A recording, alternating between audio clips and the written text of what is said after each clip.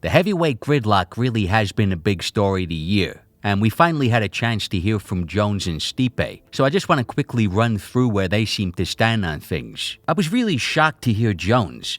I thought he didn't care, but you can tell he really feels almost guilty about holding up Tom's career. He seems embarrassed about not giving Tom the same shot at greatness he got against Shogun. You can tell he fully understands that for the sport to thrive, the old guard must eventually give the young guns their shot. But he's just an asshole. I feel like Tom's been such an asshole that I don't want to do business with him. He's 30, so he's from this influencer generation where you hop online and the t-shirt sales and all that. I'm past that type of stuff. I just don't even want to do business with him. And fighting me gives him an opportunity to change his life forever. And I don't even want to give him the opportunity. Okay, maybe not. But he at least does respect what Tom has done at heavyweight. I mean, that's undeniable. I feel like Tom Aspinall is, I don't want to say nobody. He just hasn't proven anything. He hasn't done anything. Okay. The defending interim champion hasn't done anything. By contrast, here's how he describes his last win over Cyril Gane, who was coming off a loss. One of the most mystical creatures that the UFC has seen in a while in Cyril Gane. I mean, no one could stop him. A mystical beast from the magical land of France. So Jones is not interested. Certainly doesn't feel any obligation to give Tom a shot. That must be why Dana said the following. When you think about Jon Jones becoming the youngest champion in heavyweight history and all the things that Stipe accomplished, they were given opportunities, when they were young. And I think that they will reciprocate. Oh, God. It's also funny. Tom's interim belt is a massive inconvenience for Jon. Like, that is the thing that undermines everything he wants to do. So, of course, he has lamented its very existence. The only reason why there was an interim champion, because I got hurt and they needed to keep the importance of that Madison Square Garden event. But Sergey and Aspinall shouldn't have been fighting for an interim title in the first place. And this is a really selfish take from Jones. Like, there is a couple good things about the interim belt, and one of them is that it allows Tom to at least get paid like a champion. But if it was up to Jones, he shouldn't even be getting that. But the other great thing about the belt, and the reason it's so inconvenient for Jones, is that it removes all confusion about what's going on. Like, if Tom didn't have that interim belt, Jones would be able to get away with a lot more. He'd be able to hold that heavyweight belt and invite Pereira up to skip the queue. So yeah, I'd imagine Jones hates the interim belt. It's a huge problem for the guy. I think making it an interim fight was premature. When you have a dominant champion that's been around as long as I have, there was no reason to put an interim championship. Is there any champion in the history of the sport who has been more prone to pullouts and long layoffs than Jones? Like, he's saying they shouldn't have made an interim belt when they have such a dominant champion, but surely he's the most likely champion they've ever had who's going to require an interim champ. Like, they almost should have scheduled an interim belt the day he beat Gane. It's that predictable. But Jones fully recognizes the predicament he's now in, and so he has hinted at vacating. I would also willingly give up the heavyweight championship. I walked away from the light heavyweight championship. I'd love to walk away from this one as well, on top, on his own terms. I love the position that I'm in right now. Fighting Pereira for the Banff belt, that'd be cool. We both have 2 belts in 2 weight classes, and the night we fought, we'd be both fighting for our 3rd belt, which would be the Banff. That's one of the better sound bites from Jones, in terms of telling us exactly where his head's at. He wants it all his own way. He wants to vacate to avoid Tom, but he's also not prepared to drop back down and challenge Alex for his belt. So he wants Alex to come up to heavyweight. But even though he's vacating, and even though he won't drop down to challenge Alex, he still feels entitled to be fighting for a belt. So he wants the UFC to create another fictitious belt out of thin air for him and Alex. I think all Dana's positive talk about Jon has really gone to his head. Like, he just thinks they'll move heaven and earth to accommodate him. And maybe they will. But the thing is, if Jones is ready to vacate, he's essentially admitting he is ducking Tom Aspinall. And really, if he's going to give up the belt to do so, that's his right. And in its own unsatisfying way, that will resolve the whole thing. If Jon is comfortable with how that will be interpreted by fans, then that's his decision. But he's framed it as being about legacy, like a fight with Alex is bigger for his legacy than a fight with Tom. Yeah, we're both 37 years old. Right now, I weigh about 235. I'm an incredibly light heavyweight. I think Pereira walks around at 240. And I think that fight would go much farther on my legacy than a young man who's cool today and maybe gone tomorrow. A fight with Alex would be huge, but I think Jones has got it totally wrong about his legacy. He posted the following about Tom. I know it's hard for a lot of you guys to grasp, but based on his resume, today, fighting and beating him would change nothing about my legacy. I would literally be in the same position I am now, the GOAT. I think he might be mistaken there. Vacating the belt and sidestepping Tom is going to change this part of his legacy because it'll kind of undermine and overshadow his whole tenure at heavyweight. He'll still be the greatest light heavyweight of all time, and for many, the greatest fighter of all time. But his time at heavyweight will be most associated with ducking Tom Aspinall and vacating the belt to do so. That has been the big, enduring story of this whole year. And like a big part of Alex moving up would be to become the first 3-division champ. Jones doesn't seem to care that in this scenario, that wouldn't be on a table for Alex. Although to be totally fair, beating Jones would still be the crowning achievement of Alex's career, whether there was a belt on the line or not. So Jones has really clarified his position on things. He actually laments the fact that he can't hold up the division any longer. He begrudges Tom his interim belt. He's not open to a unification bout, but he appears to want to continue fighting and is campaigning for an Alex Pereira fight, entirely on his terms. And I think most of those things would be viewed by most fans in a very negative light. Like he just played his cards wrong with me personally. You know, I'm 3 years from being a 40-year-old grown man. The press conference, going through the whole shebang with him, I'd rather not do. Pereira on the other side, respectful, cool, barely says much. It's like, I'll do business with you. I would risk it all with a human being like you. You actually have the accolades to back up your shit. This other guy is just a big mouth who's hot today. There's been so many guys who's hot today who are just gone.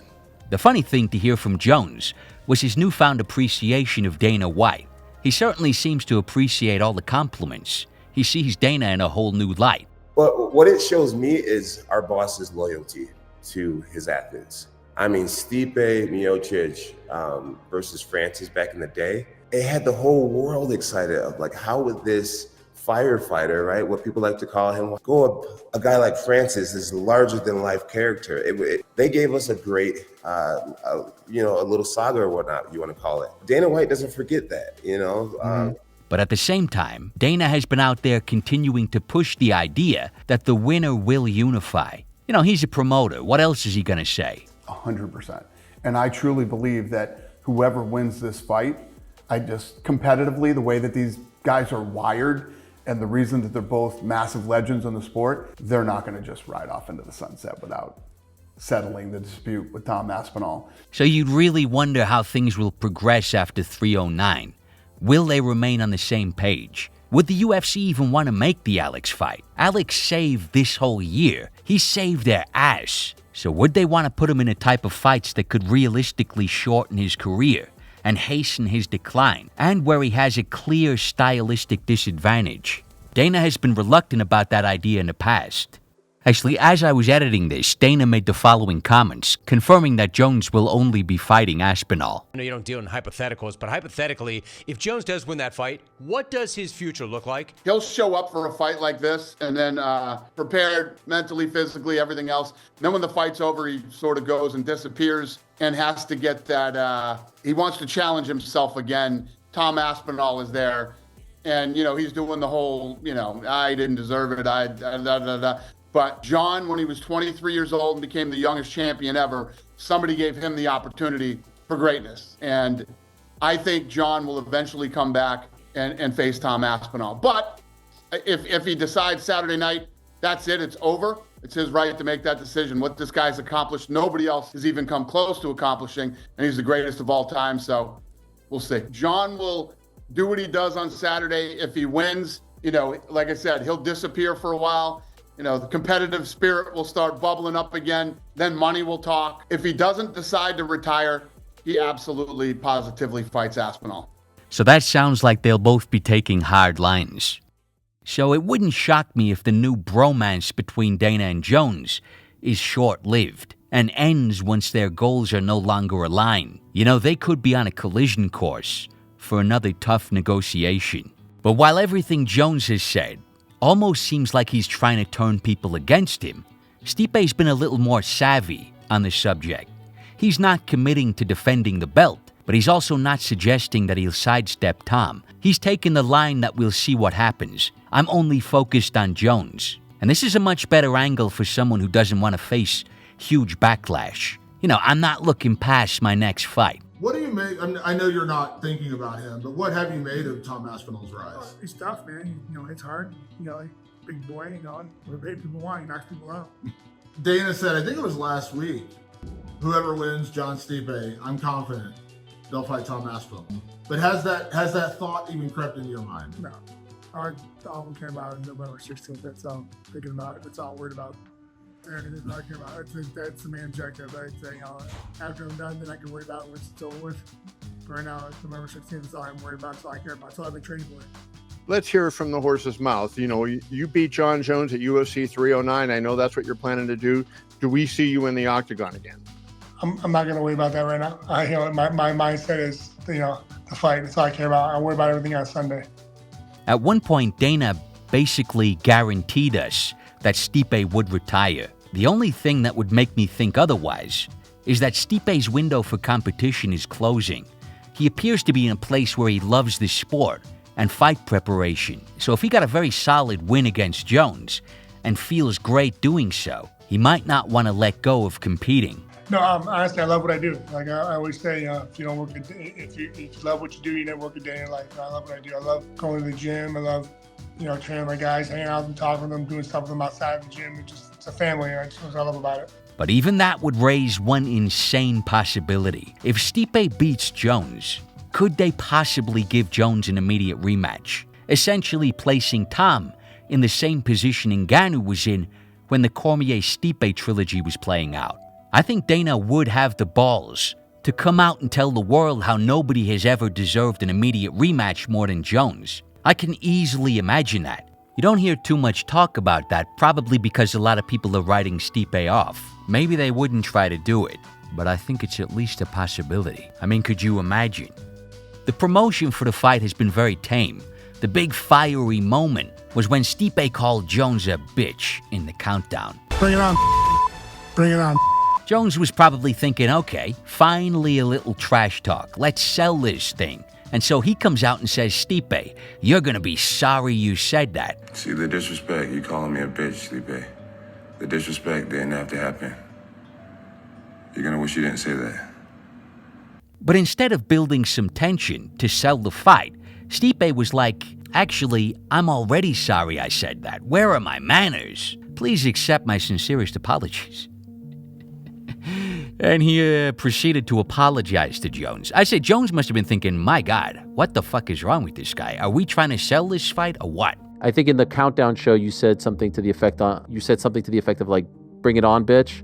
Yeah, he was just talking to me. I was talking to him. Bring it on. Yeah. I don't know. I don't have time to hurt his feelings. I mean. Yeah, and so he tweeted saying that like you shouldn't have called him bitch. Okay, I'm sorry. I wasn't trying to disrespect him anyways. In the moment, I mean, I get sorry. He was a little upset at you for calling him a bitch. I keep talking about that. He was like telling everyone he's going to beat my ass. I'm almost positive. Did he not say that? So, I mean, sorry.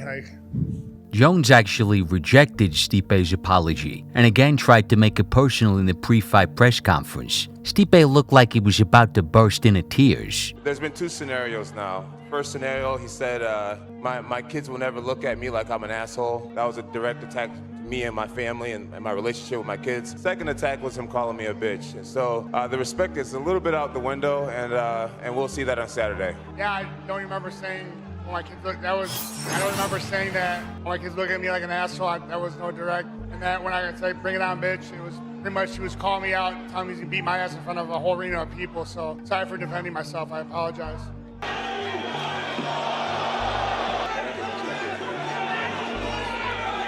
I doubt Stipe said that. Can anyone find a clip? I think Jones is just selling the fight any way he can. In this case, by using his kids. How did he never mention this before? But you're just not getting Stipe to take the bait. The poor guy really doesn't like confrontation. So there's not a lot to get excited about in terms of the dynamic. And the fight is mired in controversy. But at this point, all you can do is try to enjoy two legends stepping in there, potentially for the last time ever. Stipe has beat everyone. Junior Dos Santos, Francis Ngannou, Daniel Cormier, some of the biggest names, many champions he's defeated. I'm wise enough to know that one bad night doesn't make a man or break a man. Stipe is every bit as worthy as my opponent. It's not easy winning championships back to back, especially in the heavyweight division. And what he's done is truly special. And if you can't enjoy it, well, you can at least look forward to putting this whole frustrating gridlock behind us. We should finally have some clarity at heavyweight soon. That's hopefully what this fight represents.